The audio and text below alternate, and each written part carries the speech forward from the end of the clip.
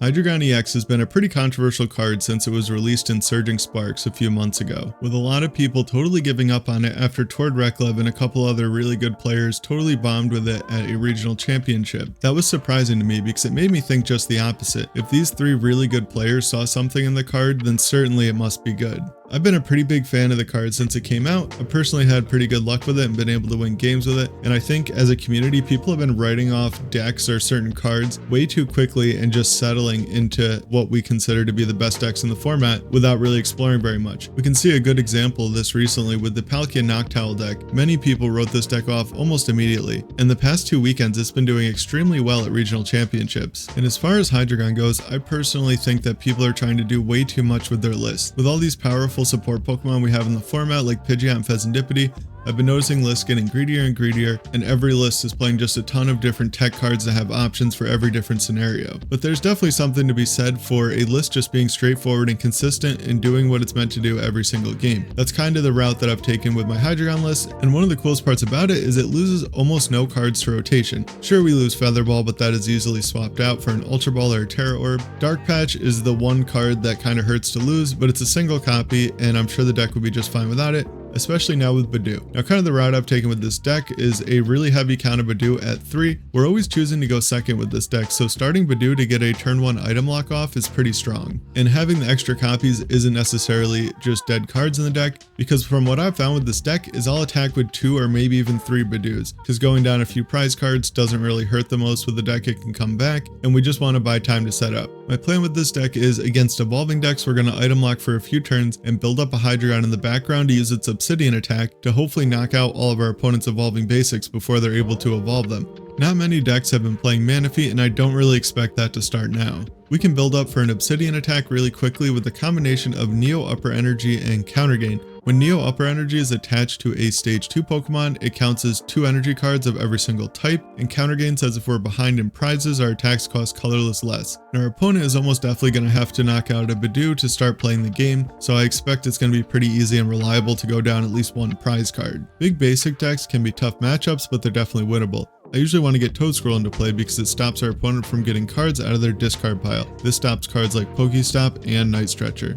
Usually in these matchups, I try to make sure I'm not two-shotting any other Pokemon with my first attack. I'd rather hit multiple different Pokemon for 200 and then end the game with a big Obsidian. We're of course also going to want to start those games with Budew as well. Another option we have is to just find a way to take 4 prize cards and then have our last attack be with the Pecharunt EX combined with Dark Patch and an attachment for turn. Pecharunt's attack does 60 damage for each prize card our opponent has taken, so this can do really big damage at the end of the game, and since our opponent is probably going to be on odd prizes since they're going to have to go through at least one Budew, we can often do 300 with this attack. The Pokemon League Headquarters Stadium can also be good in these matchups. It says basic Pokemon's attacks cost 1 colorless more. Using a combination of Counter Catcher, playing the stadium down, and Iono can often buy a turn to set up the last damage we need to win with Obsidian. There are a few cards that I would definitely consider in this deck if it had more space. One of them being Eerie or Xerosic's Machinations, just being able to item lock them and then Eerie away some item cards or force them to discard a bunch of cards out of their hand seems really strong and would definitely make our opponent stumble a good amount of the time. A Defiance Band or Binding Mochi could be good as well, but I didn't opt to add that because Counter Gain is just too important to the strategy. Also, Town Store is probably not as good anymore. I still had it left over from my old list when I was playing Rotom and Forest Sealstone, and I thought it would still be pretty good to grab Counter Gain or Rescue Board, but I didn't find myself using it almost at all. This could be a second Pokemon League Headquarters or even a Calamitous Wasteland to give our opponent's Pokemon higher retreat costs for those endgame plays I was talking about. Also, second Counter Catcher over second Boss might be good. I'm still really unsure about that. Just having the guaranteed Gust effect with 2 Boss can be pretty nice, so I've left it that way for now. Briar is another card that I would really want. I played it in the deck for quite a while, but I never really found myself using it. It would make it very possible to take 6 prize turns with the deck though, so it's definitely something to consider. And also with no Dusknoir to manipulate prizes and us starting with Budew and our opponent usually going on odd prizes, there's going to be no way that we can guarantee that our opponent goes down to 2 prize cards, so it can be hard to use. Second Dark Patch would also be a nice addition. It would allow us to be able to more freely accelerate to our Hydreigon during the game without giving up the option of the Pecharunt attack at the end. If you have any other questions about why I played specific cards or specific card counts the way I did, let me know in the comments below. Also, let me know what you think of these longer style of intros and if there's anything specific you'd want me to explain a little more. And a huge shout out to the channel members. Let's get into the games. This game we are up against a Terrapagos Noctowl deck. It does end up being a pretty interesting list, which we'll find out later in the game, but my opponent is off to a pretty good start here. You can't really ask for much more. I think maybe they wanted to start one of the Hoots though. Probably that would have been preferable. Since they don't know what they're up against, I could have been a big basic deck that could just take a 2-prize turn on the first turn of the game a little too easily with the Terrapagos in the active.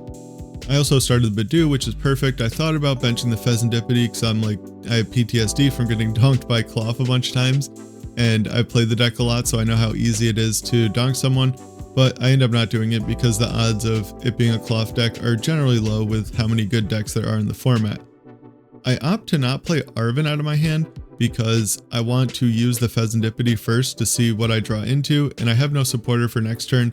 I don't know what I'm really going to want to get with it, so I just hold on to it. I could have grabbed a Vessel, but I really like all these cards in the hand, and I don't think it's really that big of a deal to just kind of hold the hand and see what happens. Kind of hoping my opponent won't be able to knock me out, but if they do, it's just fine. I can just promote my Pidgeot, Arven for the Feather Ball, establish a Pidgeot, and maybe start attacking. I'm not really too sure if I would do that or not yet. It depends. If I could get the second attack would be pretty ideal right now to knock out the remaining Hoots. Because I think they're going to evolve the other one. It looked like they were going to, yeah. They evolved the other one. I don't really know what they could want with this. The Crispin really caught me off guard though, I will say that. I was thinking that they were going to have trouble finding a double turbo, but no, they just Crispin, which was kind of funny. That does give us access to the Fezandipiti, which is pretty nice, and that'll make this turn a lot smoother. Now I can Arven for the Feather Ball, just establish my Pidgeot, which is always what we're trying to do as early as possible. And I can even go for another Budew attack this turn. I could technically attack with Hydreigon, but I could Budew and start building up for the second attack to try and really cripple them if they don't end up evolving these two Hoots.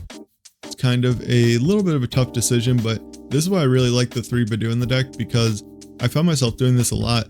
Just attacking with back-to-back Budew, kind of chilling, setting up my board. But we do know they have a boss in hand, and having this Dark Patch in hand is pretty clutch. So what I'm going to do here is evolve the little guy without the energy into the middle evolution and attach to the Deino that I'm going to leave like that, so that I have the option to, it just makes my next turn easier, because if they knock out the one with the energy, I can Dark Patch to the other one and Pidgeot for Neo upper energy. And if they knock out the stage 1, hopefully I can Fezandipiti into like a Rare Candy or something and still get the attack off. They do end up going after the energy, which is fine. That actually makes this turn much easier for me, so that is what I prefer. Now I basically have the guaranteed Obsidian attack, which is going to be pretty nice. I even top deck a Dark Energy, which, I don't know, not really very meaningful right now, but yeah, I do end up fezzing into the Arven, so I would have been able to get this play off either way. My plan here is, I think I'm going to win the game in 2 attacks, because right now I don't see a way that my opponent can knock out my Hydreigon, so I just expect to go back-to-back Obsidian. I also Arven to get down a second Deino. I consider getting into a Budew, but I don't know if my opponent's playing the Dusknoir line, so I don't want to make it too easy for them to take like 2 free prize cards with Dusknoirs or something like that. Also, I should have Pidgeotted way earlier in the turn. I should have used Pidgeot right after the Fezandipiti. Then my opponent wouldn't know exactly what I got with it. They might think I grabbed Arven with it or something like that. So that's a bit of a sequencing mistake on my end. And establishing 1 extra Deino is fine too, because from what I've noticed with this deck, we're going back-to-back Budew, and we only really ever want to attack with 2 Hydreigons. Also, my opponent benches a Teal Mask Ogerpon. Now, they are playing Grass Energy, so I guess some people might have assumed that that was in the deck, but I did not think that that would be a part of the deck at all. I assumed they were playing the Grass Energies only to use Terrapagos' second attack. I'm pretty sure it's for Water, Grass, Lightning. But yeah, they're kind of going off now. As you can see, they have use of items now. They've just been stockpiling in their hand. That's where Eerie would have been really good, or I can't remember how big their hand is, but even Xerosix would have been pretty good there. But as you can see, I had to play the Arven to establish more basic Pokemon anyway, so I don't really know how often I'm going to be able to use a card like that without sacrificing something. My opponent has another Crisp in there, and they do take the knockout, and that is going to make this game pretty awkward. I'm going to want to Iono here. Oh, and the other downside is, since I had the Neo Upper Energy attached, they can actually knock me out. Normally with the basic Dark and Counter Gain, it's really hard for a Terapagos to knock you out. He would have needed the 4th energy. Now once again, I play all my cards. I should have Pidgeotted for Iono first and then Rare Candied and all that, but I will have to say I was kind of tilted after getting hit with that Teal Mask Ogre Pond out of nowhere. But yeah, I just Iono them to 2 and use the Budew attack. Like, this is perfect math right now. As long as they don't have a Bravery Charm, we should be good to go. Next turn, I can knock out their Ogre Pond and hopefully win the game on the following turn with a boss or a counter catcher on the Terapagos. So this is kind of how I found a lot of these games playing out against these big basic decks. Just some kind of combination like this, and you know, the game ends up going smoothly. I really just need my opponent to not have a boss on the next turn. That is the one downside of establishing this Toedscruel here, is that they do have an easy 1 prize target to hit, but I'm gonna Iono them to 1. It's pretty unlikely that they would have boss, or no, they have the Fez, which makes this really awkward actually, but I'm hoping that they don't have boss. Now here I make a pretty big mistake. Also, I forgot that I hadn't used Pidgey yet, so also should have used that sooner. I attached to the Toedscool, which, wait, does it make sense? I guess it kind of makes sense. I was thinking I didn't want it to get stuck in the active, but if they bring it up, they're going to knock it out anyway. But actually looking at their bench, if they can't establish another Pokemon, they wouldn't be able to knock out my Toedscool. So I changed my mind. I actually like the attachment on it.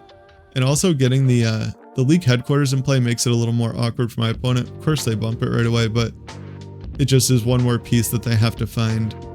And they are going to be able to get that 3rd energy. So now if they have the boss, yeah, I'm just going to lose. But they Iono me and put themselves back down to 1 card, which means we just win the game.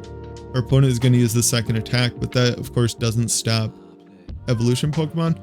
And since we're stage 2, I'm just going to be able to attack him. I do end up reading the card just to make sure I don't want to lose by accident or get like bodied by a glitch or something, but it looks like it's going to work, and we end up taking that game down despite our opponent playing a surprise Ogre Pond. Alright, this game we're up against a Gouging Fire deck.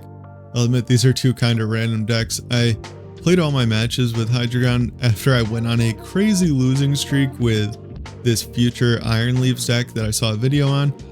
I wish I could remember the guy's name. I'll put it on the screen now if I can find it, but he made a really cool video and got all the way to Arceus with it. And I really like the future deck, so I wanted to try it out. I didn't have as much luck with it as him, but still a pretty cool video and cool deck idea.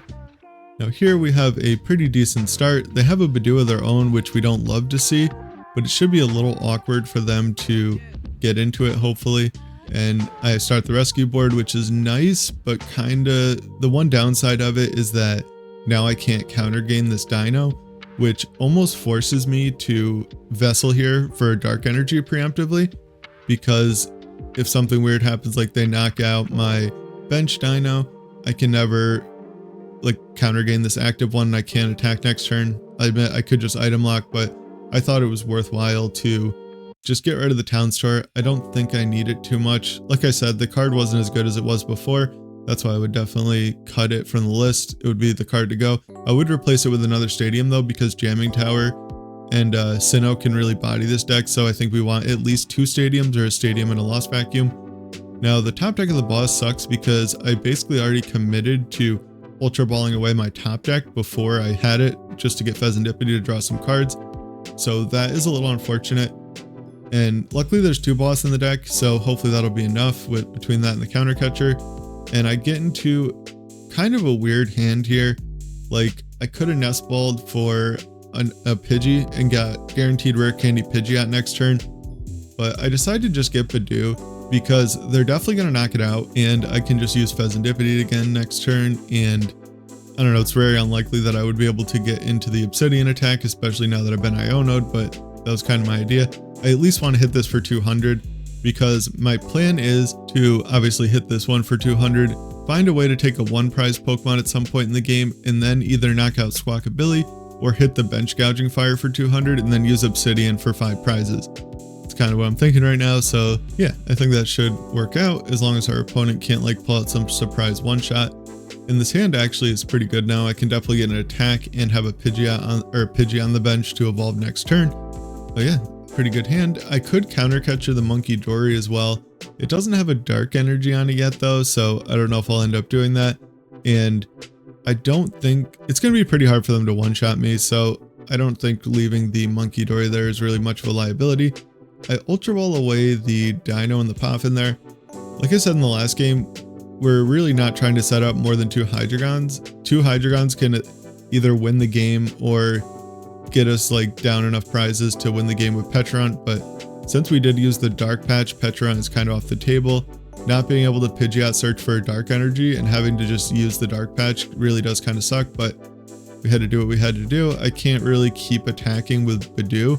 I guess I could have attacked with it once more, but then it starts getting really awkward because they can Monkey Dory 30 damage onto it and knock it out, and then also knock out whatever I promote, unless I were to promote a Hydreigon, and then I would have my big hitter already damaged, so I definitely don't want to do that.